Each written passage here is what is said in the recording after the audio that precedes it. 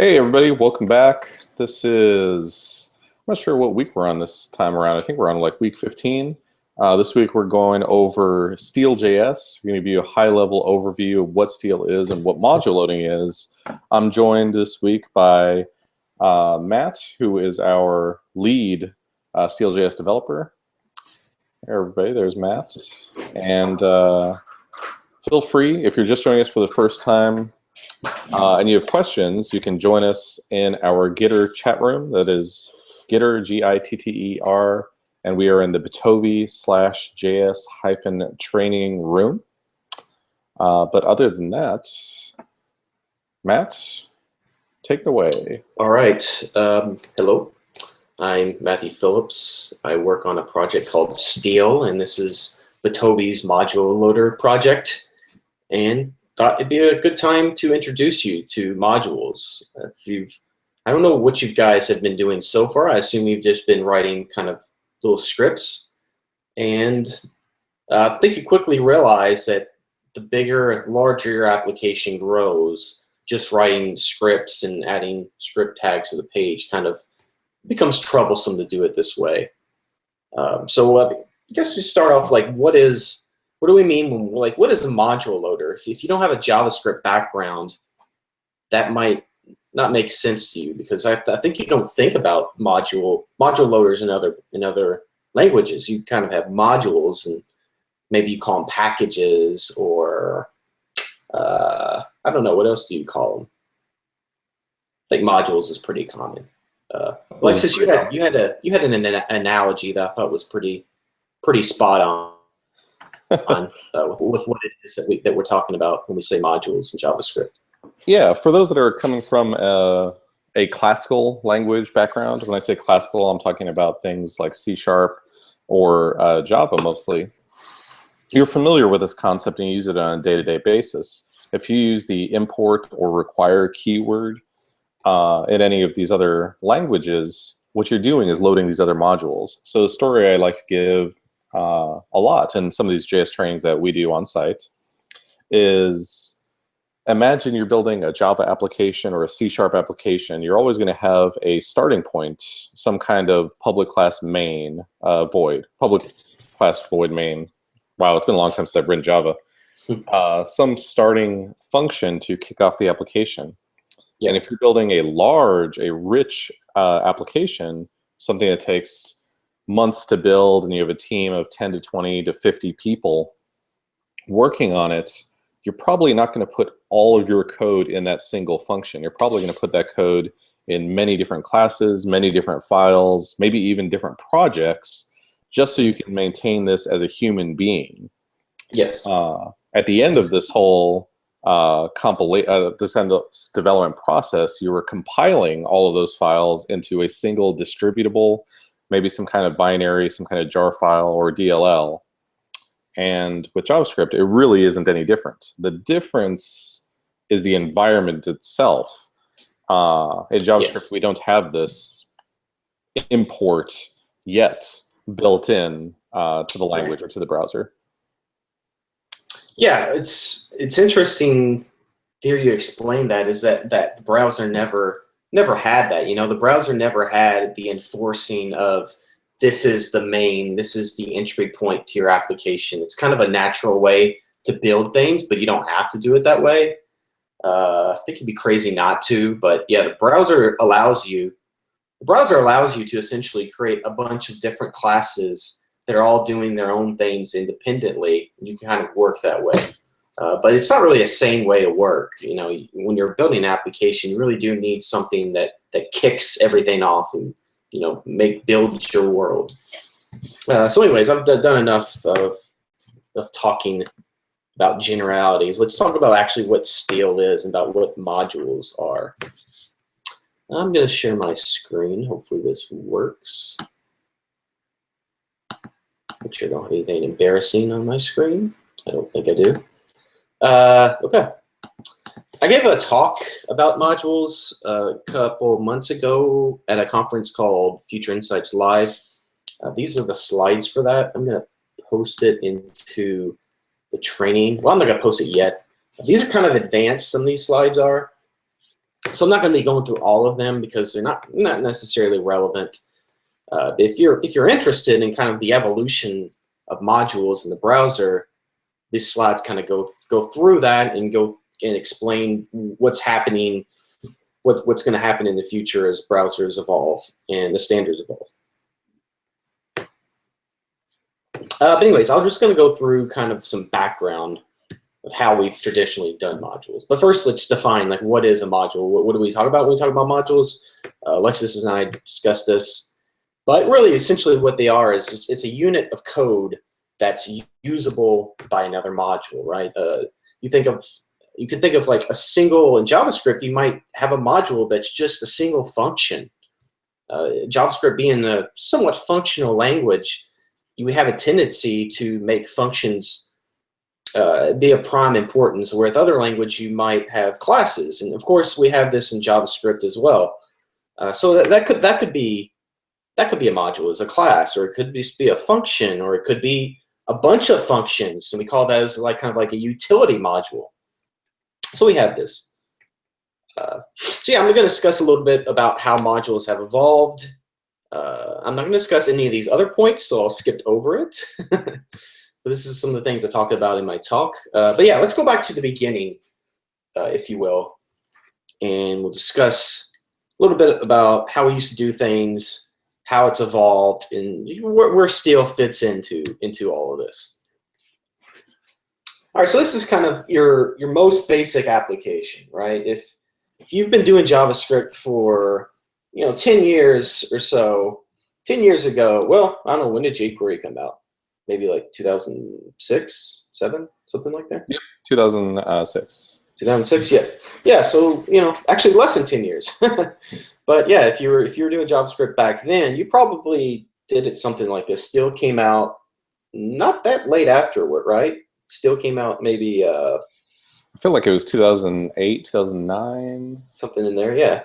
So yeah, I mean, once jQuery, I guess it's kind of interesting when you think about it, is jQuery, it kind of built its own ecosystem of modules. And I bet in a lot of ways, the reason why module loaders evolved was based off of kind of what jQuery was already doing, right? But anyways, maybe don't get too far into that. But yeah, if you're doing an application back then, maybe you even do it this way today. It's not that uncommon. Just notice I have a typo. This is wrong. But yeah, you have a script tag with jQuery. This / should be here. Sorry about that one. Yeah, so that adds jQuery to the page, and then maybe you have like some other jQuery plugin. This is jQuery date picker. And then you add another script, and this is kind of your code. And have we explained, Alexis, what the jQuery, if you pass a function, what that does? We haven't. No? I don't believe we have. Okay.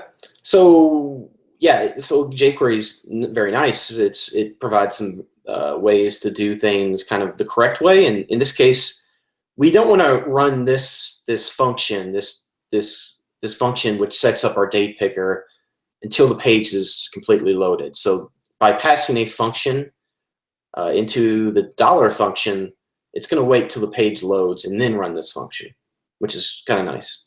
Because you might have, we're using a date element, and that date element might be down here somewhere. And the way the JavaScript runs is it runs immediately. It doesn't wait for your page to load. So we need to wait for the page to load. But anyways, let's not talk too much about that. But yeah, this is how you would do an application the traditional way. Dependencies of script tags. You have your own script which kind of kicks off your world. In this case, we're just using a date picker plugin.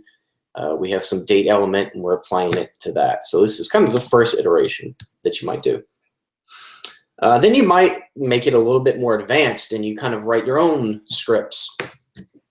And this is a way that we used to do things, again, like 10 years ago, is that you would define a namespace. Talked about what a namespace is.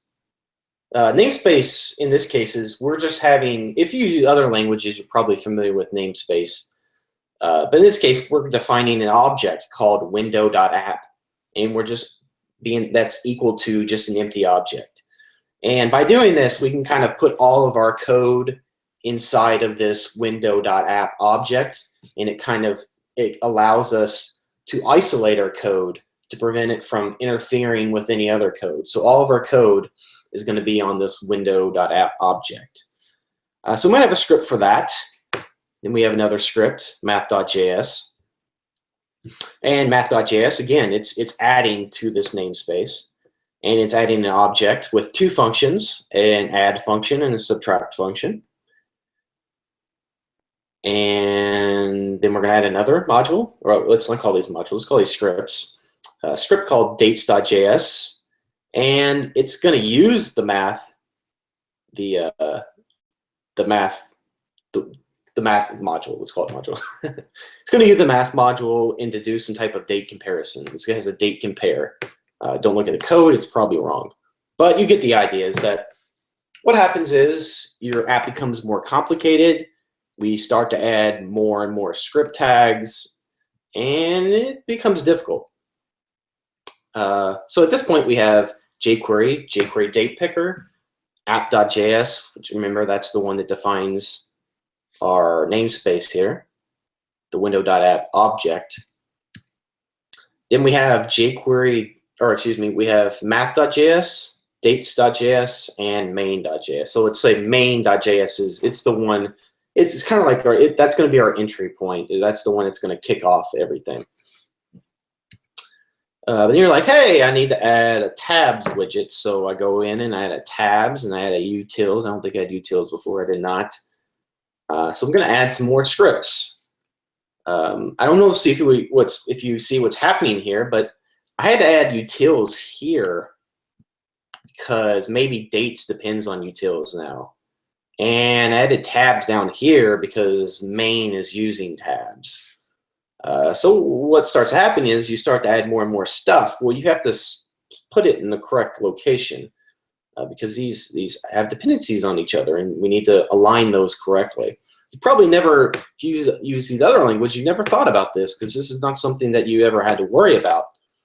And the reason why is those languages have a module loader underneath the hood that handles all these types of things.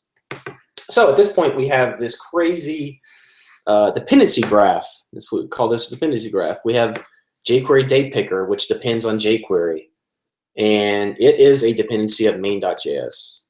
We have app.js. That's the one that defines that namespace we're using. Many dependencies, but it is a dependency of math.js and dates.js. I'm not going to go through every single one of these, but I think you get the idea. Is that you kind of have this complicated graph that you have to maintain just in your own brain so that you know when you add a new module that you kind of put it in the correct location. Not so bad, even at this scale. Not bad, but you want to write your code as modularly as possible, and doing it this way kind of it makes you not want to do that because you have to deal with this. So yeah, the problem is that order absolutely matters when you're loading dependencies. So you have to manually manage this. And there's also a problem there, like circular dependencies. Like you might have a module which depends on another module, which depends on that first module, right? You might have A depends on B, B also depends on A. That can happen, and that becomes difficult to do if you're doing it manually. You have to be very careful. So this is kind of the reason why module loaders emerged about, I don't know, eight years ago or so. Some of these are require.js. You might have heard of that one. Curl.js was another. Steel, of course, the one we're focused on today. This is a AMD module. This is what require might have you use. As you can see, you define. You can also do the same thing with Steel, by the way, but you have a function called define, and then you pass it an array of dependencies. These are module dependencies. And then you have a function at the end, after you list your dependencies in an array, you also have a function which kicks off after all these modules have loaded, and it has, as the arguments, the module values. So that's what that looks like. So this is nice. You don't have to care about order anymore. Just in each module, all you have to do is list what it depends on. And the module loader will do the work of making sure everything loads in the correct order. And circular dependencies become possible again for the same reason. The module loader, Steel, it knows about circular dependencies and knows how to handle them. There's a few problems here. Is that you got a lot of configuration involved. People don't like the wrapping of the code. So it's kind of, I'm getting to the point where I should probably stop showing the slide. Let's see if we should go any further. Should I talk about, is this a generic JavaScript, or we're really focused on the browser? Node.js has a very nice module system. People really like to use it, but we're not going to talk about that. We're at the point now where I think we should build something, right? We kind of have the idea of what a module loader does, but we haven't really explained how to use it. So we're going to use Steel as our module loader. And we're going to create a project. What should we create, Alexis? Should we just get some text on the screen just to show people what modules can do? Yeah, I would say maybe we start out with a little hello world, which doesn't do much, but maybe we create a module that says, maybe this module accepts a string and returns a fancy string. So it says hello, and then it pass in a name, and it says, hello, Mr. Matthew, something to that effect. Just something to say that we're loading another module's function, and we are invoking it from a different file. Gotcha. Okay. Let's do that. All right, so if we want to create a folder, I create a folder called My Awesome jQuery App. We're going to use jQuery. I think you guys have gotten to know jQuery quite a bit, so we're going to use that. And probably a good time to talk about package managers, but package manager is a way to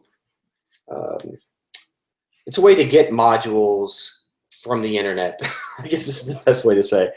If you're using Steel, you need a way to get Steel, right? And you could go on the GitHub page and get it from there if you wanted to. But there's a utility called npm is what we're going to use. If you come from a Java background, you're probably familiar with Maven. It's very similar to that.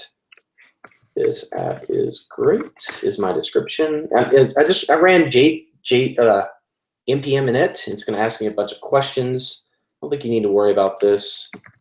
Given it an entry point called awesome.js. This is our main that we've been talking about.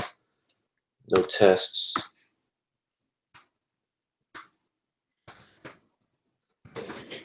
Okay. So let's install Steel. If I type npm install Steel, and I pass a flag called save, that will fetch Steel and save it in our project. So it'll be available to use.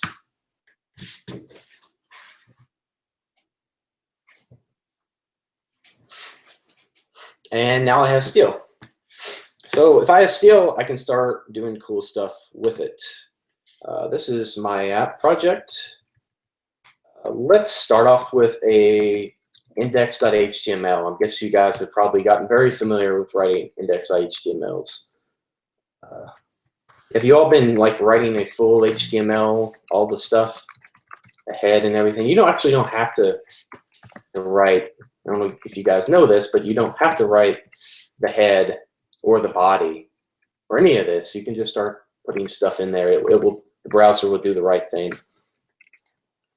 I'm going to give it a title of my awesome app. Usually want to load Steel in the body, at the end of the body. And the reason for this is, have you discussed this, Alexis? Discussed which part? Why we put our script tags at the end of the body. We have. So if you remember, everybody remembers from our first week, so we don't have a blocking situation. Right. Yeah, so the scripts actually block the page. So if I had some more stuff down here, and this is, this is the rest of my page, hello there, it's not going to show this part until the script is loaded and executed, which is bad. You know, you want to get stuff to the user as quickly as possible. So we always put our scripts at the bottom of the page.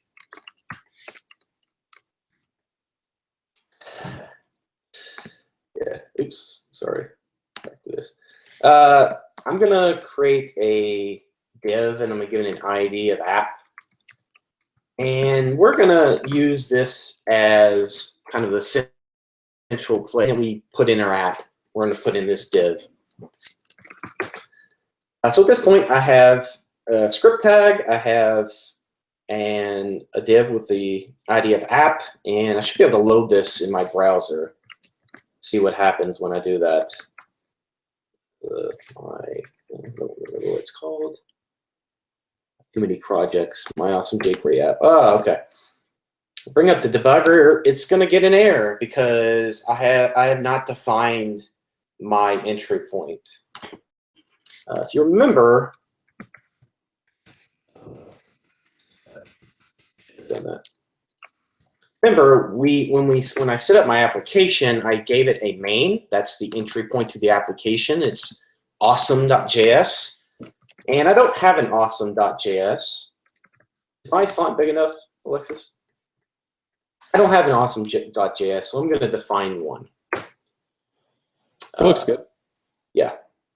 So, okay, so what we said we're going to do is we're going to import another module, and that module is going to have a function that we're going to call, which is going to display like a hello and then some type of name. So let's call that module hello, and let's go ahead and try to import it. So there's different ways to import stuff in JavaScript, and the reason for that is it's never actually been defined, like how do you import stuff. It's being defined now, but let's just say that there's been a different ways that different people have come up with. But there's now a new way, which is the import statement, and that's what we're going to use. It might be similar to other languages. We're going to say we're going to import hello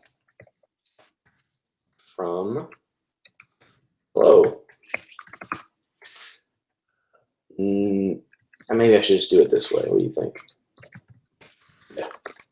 So we're going to import the hello function from hello, and we want to pass it. We're going to pass it a string, and we're going to say this is a function. So we're going to say hello, CanJS rocks, and by calling that function, it's going to show CanJS rocks on our page. Do you guys think it's going to work? I think it's not going to work because we haven't defined hello.js yet. So now we got rid of one error, which said awesome.js, and now we have a new error. So another module we have to define. So let's break this down a little bit. What we're doing is we're importing hello, and hello becomes a function, and we're saying get it from ./hello. And what does ./hello means? Well, that's kind of a way of looking up a module that's relative to the current module. Thinking about other projects is you usually don't do it this way, right? You don't specify a module relative to another module. Well, we do it this way in JavaScript. So my project is at my awesome jQuery app, so I need a module at my awesome jQuery app /hello.js. So if I create a file, hello.js, I can start writing stuff in this one. So what did we say we want to do? We want to write hello and then the name. So we need to define a function, right? We can do that by defining a function that exports. In this case, it's going to be the default function. That means it's the entire value of this module. Let's call it name. And we're going to use jQuery, which means we have to import jQuery. Import $ from jQuery. And then we can say, because we know app is our entry point, is we can just set the text of it, I guess, be equal to name. So at this point, we've defined a module, hello, which takes name as an argument, the function. And we're gonna, as a side effect, we're going to set the text of the app element. This is, again, not gonna work. And the reason is that, so npm gives us the ability to import other modules, and Steel is gonna know how to look up these modules and make them available in your project. So we do npm install jQuery, and we pass the save just like we did before. Now we have jQuery. So now if I refresh it, what do you think? What's going to happen? CanJS rocks. Let's examine this. So yeah, we have a div with an ID of app, and it's displaying the text CanJS rocks. So let's look at our code again, just so we can kind of explain what exactly is happening here, right? We have a module called hello. It's importing $sign from jQuery. So $sign becomes a value that we can use, and it's getting it from the module named jQuery. Now, how does it know about jQuery? Well, in our package.json here, we have a dependency on jQuery. So it knows that jQuery is a dependency. It's going to load jQuery and return its value as the $sign. Then our hello module is going to export a function, and we can say export default, and that says that this function becomes the value of the module.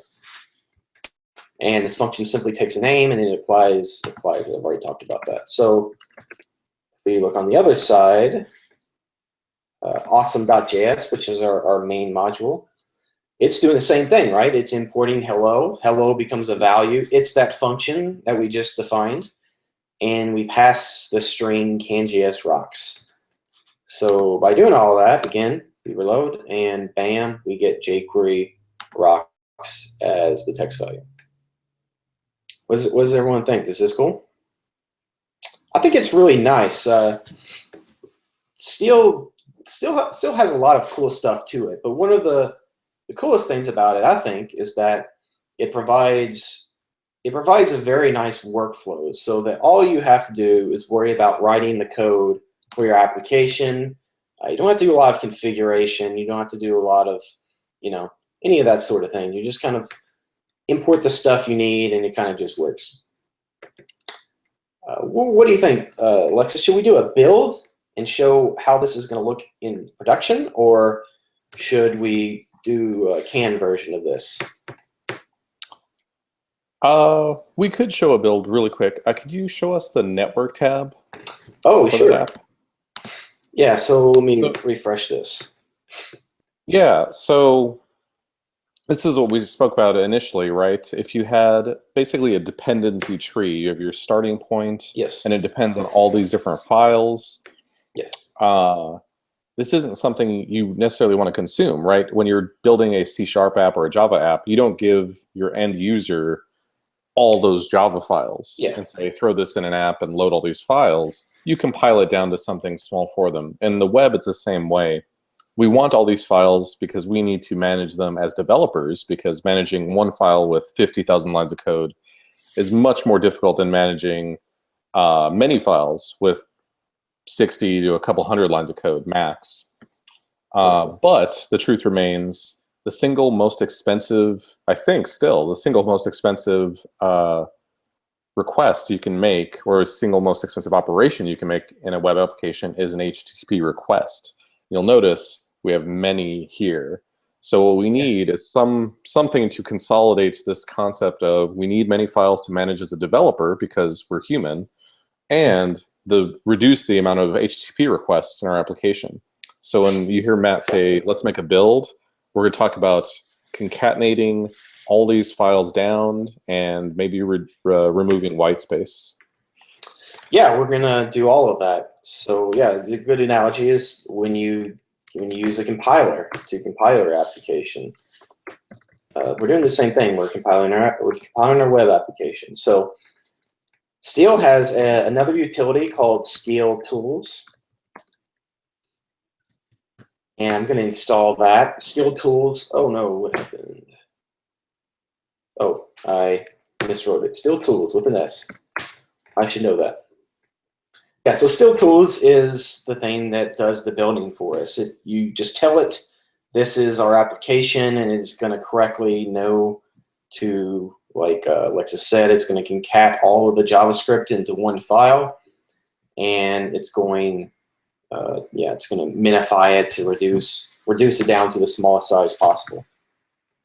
Okay, so I've installed Steel. I'm going to write a file called build.js, and build.js is just going to be a small script that will actually build our files. You actually don't need a script with StealTools. I'll show you how to do that in a second, but we're going to write one anyways, because if you're doing something more advanced, maybe you will need it. So this is a script that's going to run in node.js.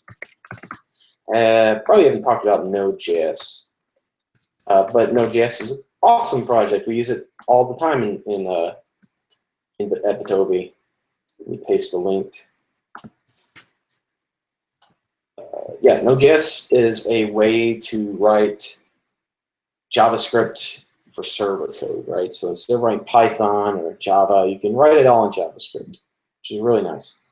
And it's useful for us because we need to build our JavaScript. So this is a node application, a small node script. We're going to call StealTools build, and you pass it an object. And this object is, we call it a system object. It's really a way to configure it. We'll call it system though. It's a configuration object. So we can write whatever we want here, but we're just going to pass it our config file. Don't worry about all this magic that you see. Can explain it, maybe I shouldn't, but yeah, we're just passing what our config is. In our case, it's package.json. We're using, everything we've been installing we're using it as our config. And we're using a plugin called npm to configure that. But don't worry about that too much. We pass our system object that we've created here in the StealTools build. And StealTools build will do the rest. It's going to load our application, and it's going to concat it, and minify it, and export everything. So let's do that. I run node build. It should do everything it's supposed to do. So at this point, it's built our application. If we look at, we created this folder.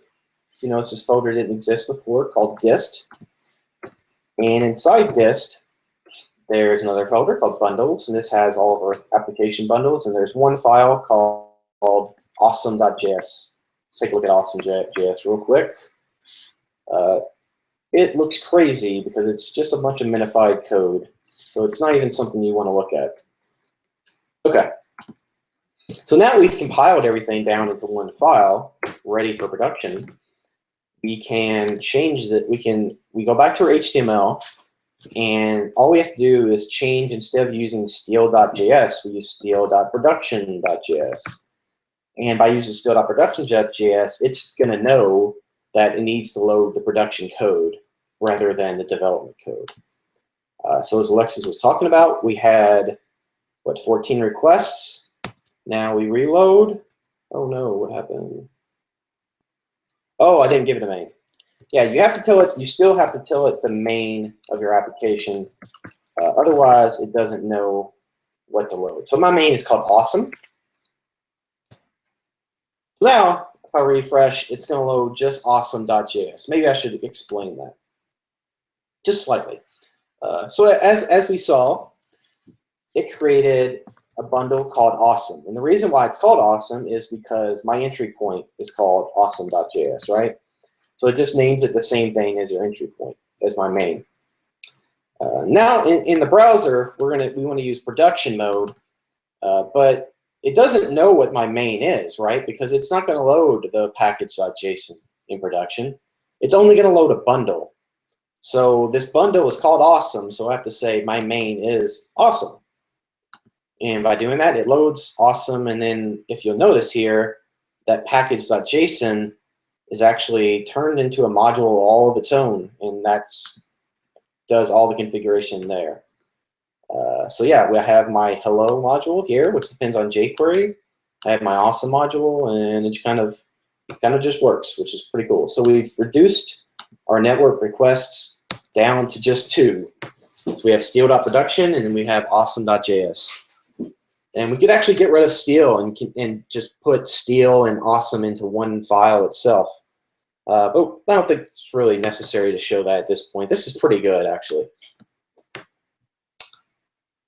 All right, so that was doing the build. Now, let's turn this into a CanJS application. I know you guys talked a little bit about Can. We're not going to do a Cordova and NW build today. That's a little bit more advanced. It's more of a done.js thing. Maybe we could definitely talk about it. Maybe in a different podcast. Or if you just want to talk about it with me, we can do that. That would be fun. But yeah, I think we really have time to go through all of that today, unfortunately. All right, so let's turn this into a CanJS application really quick. We have we have awesome.js, which imports hello. And we want to use can instead of just jQuery. Can's a little bit, it's got a little bit extra functionality. So we're going to import can from can.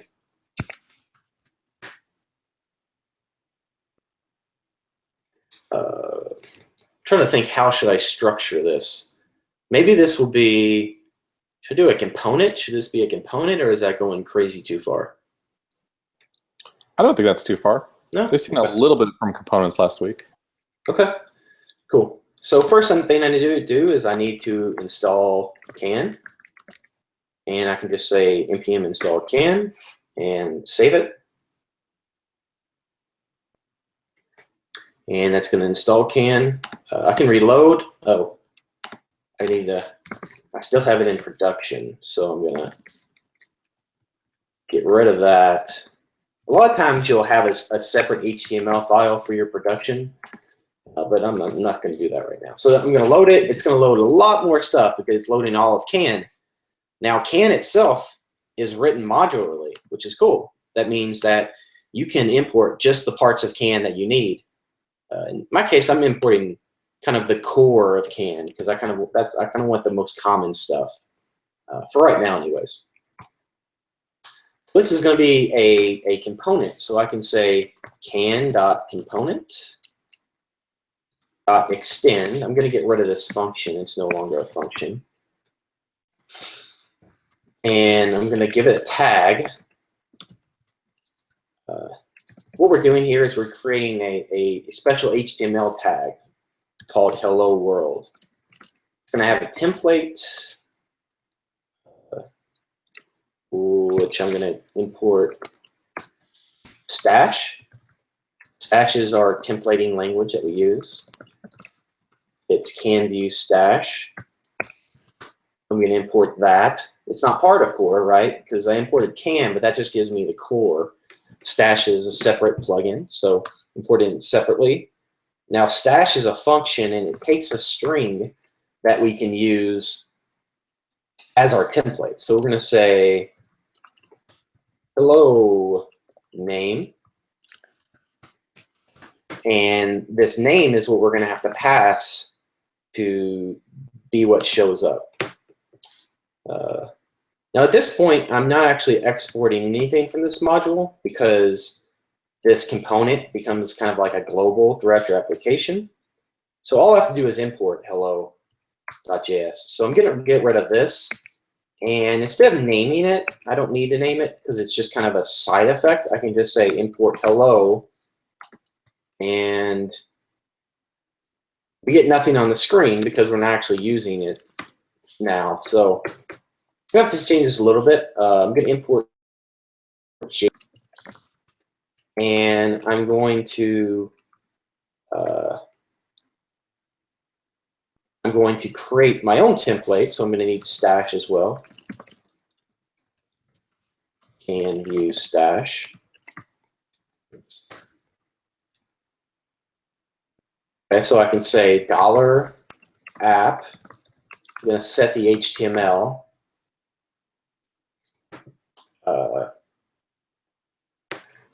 And I'm going to create a template. Actually, let me create another function. Call this template.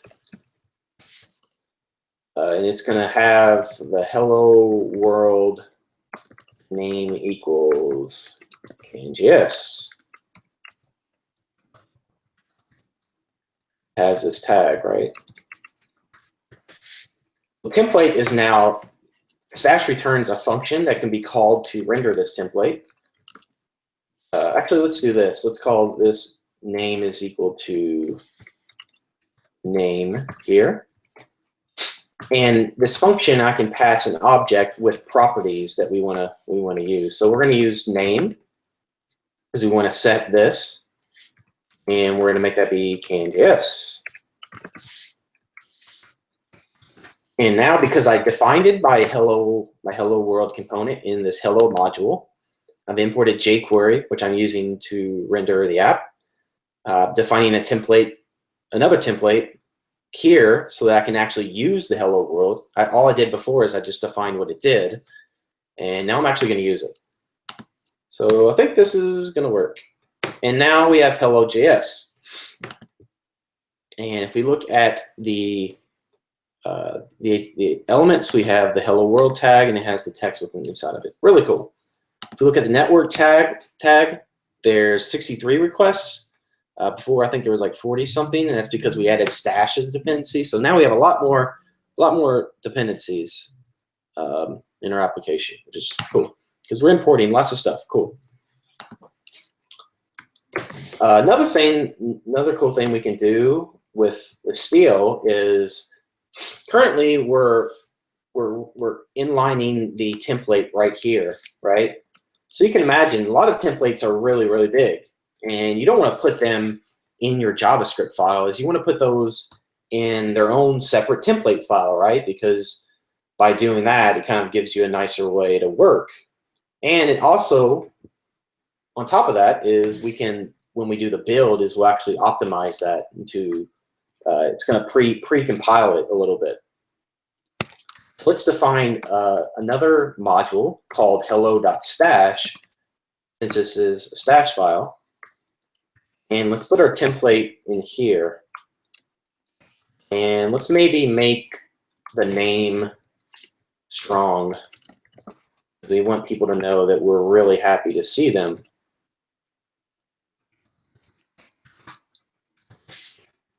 And now we can import the template directly. So we can say import template from, I'm using / because I'm doing this relative. I called it hello.stash. And then I'm going to put an exclamation point after it. Now what this exclamation point does is it tells Steel that this is kind of a special type of module, right? This is not a normal module. It's not JavaScript. This is another type of file. So it's going to know that it needs to find the stash plugin. And CanJS defines a plugin called stash.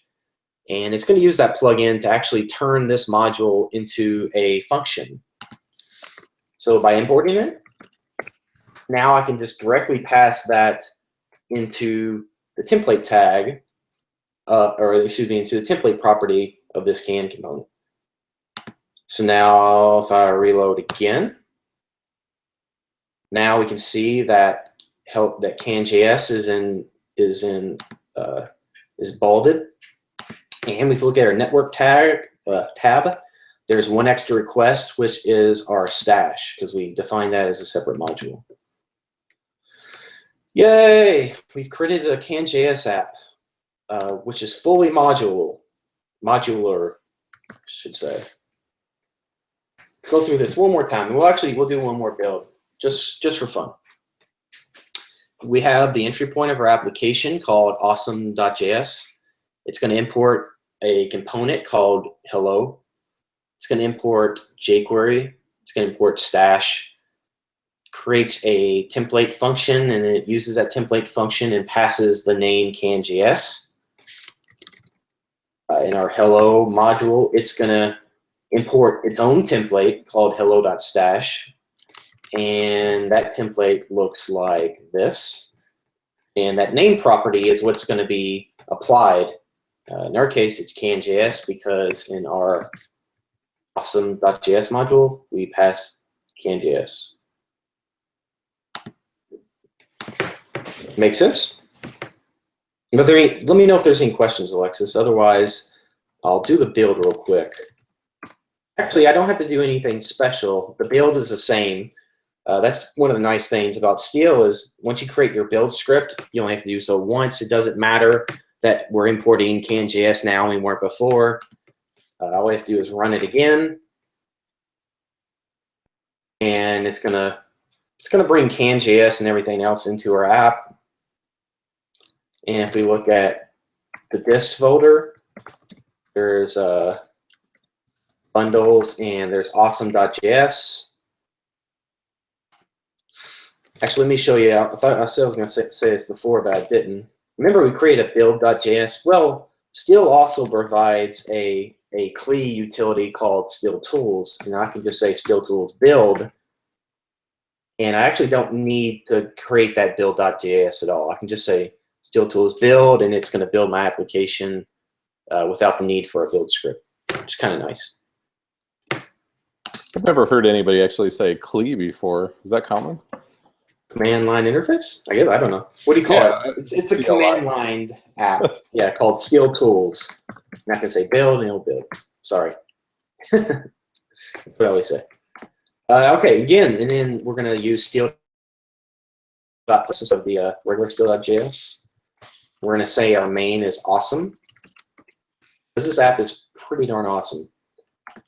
And I'm going to refresh the page. And again, we have our entire application all in awesome.js. And it's a crazy large file with a bunch of stuff. It's got jQuery and everything else and CanJS. But yeah, it does the same thing. And now we have a compiled application that we can easily share with the world. Now, Steel does a lot more awesome stuff than this. This is the absolute basics. Steel will, if you have a very large application, you don't want everything in one single file because it can be very big. This one's only 211K, but if we make this application very large, maybe with multiple pages, well, this is gonna blow up, and it might be like 2 megabytes.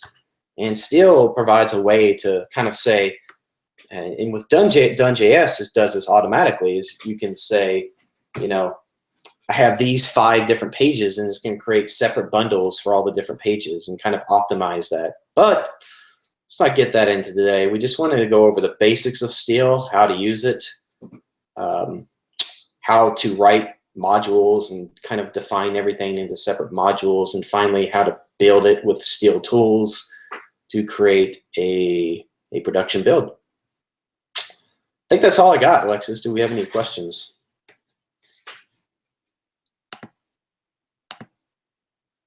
No, I think we're clear on Gitter. That was such a clear training that no one, there was nothing that it was not explained perfectly. That's exactly what I was hoping, is that it would be very clear. I can tell you my favorite part about using Steel today, and I'm a big convert. I came over from Require.js, is being able to write in ES6 syntax and not having to configure. If you're using Bower or NPM to get your client-side dependencies, Steel's going to look inside of your package.json or Bower.json to figure out where everything is for the most part. There's a couple older modules maybe you have to configure yourself, but with Require.js, old Steel, and other module loaders, typically you have to configure everything. So it's nice not to have to do either of those anymore, which is pretty sweet. Yeah, I think Steel gives you the best of both worlds because, you know, there's other module loaders that also use the package.json kind of, I wouldn't call them module loaders, but stuff like Browserify and Webpack, they're really bundlers. They're kind of just the Steel tools part of what that does. And they they don't require you to do very much configuration, but you do wind up having to write build scripts, and it's a lot more involved with just getting started. As you saw here, all we did was we installed Steel, and we installed some dependencies, and we just started using the browser. We didn't really have to worry about the build. I don't think you should have to worry about the build until you've actually produced something, right? So yeah, Steel's fantastic. We're continuing to work on it, and it's going to get even better as time progresses. So thanks everyone for joining us. What's next week? Next week is a little intro to different frameworks. So you've seen a little bit about CanJS for the past couple of weeks, mostly because that's what everybody at Batovi is very familiar with. We do maintain CanJS. But next week, we're going to talk about the differences between kind of a high-level overview of just MV frameworks in general, not really CanJS specific. We do have a bias for CanJS, obviously, but we're going to try to be as objective as possible with a little bit of opinions we have. If you have further questions on StealJS, there is a Gitter Steel chat room. Be sure to join that. That's Batovi / excuse me, that's StealJS / StealJS / Steel. There we go. In Gitter, if you have any questions at all related to module loading, we're going to get into more. You're going to see a lot more Steel, and you're about to see a lot more of CanJS over the next few weeks as we get into building richer and richer applications. These past couple weeks have kind of been an intro to rich application architecture. We're about to get into some heavy stuff, so stick through with us, and we'll see you next week. Thanks to Matt for joining us this week, and thanks to you at home for joining us. See everybody later. Take it easy, guys. Good week.